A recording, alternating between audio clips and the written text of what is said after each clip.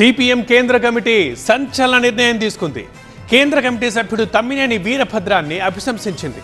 ఆయనతో పాటు రాష్ట్ర కమిటీ సభ్యులు స్కైలాబ్ బాబుని, ప్రసాద్ని కూడా అభిశంసించింది హైకమాండ్. ఆ బ్రేకింగ్ న్యూస్ ఇప్పుడు మనం చూస్తున్నాం.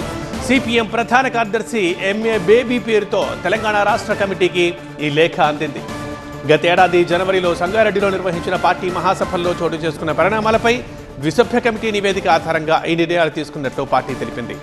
గతేడాది జనవరిలో కొత్త రాష్ట్ర కార్యదర్శిగా జాన్ వెస్లీని గతేడాది ఎన్నుకునే సందర్భంలో లాబియింగ్, ప్రలోభాలు, అస్తిత్వవాదం చోటు చేసుకున్నాయని తెలిపింది కేంద్ర కమిటీ.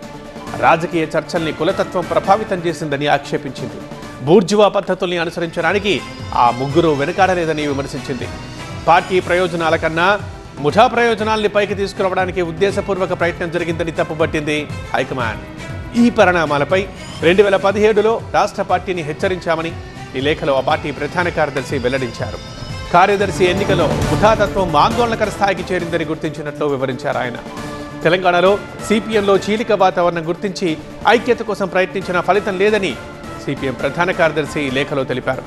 ఇకపై పార్టీ సభ్యులంతా పార్టీ లైన్ ప్రకారమే నడుచుకోవాలని లేఖ ద్వారా ఆదేశాలు జారీ చేశారు.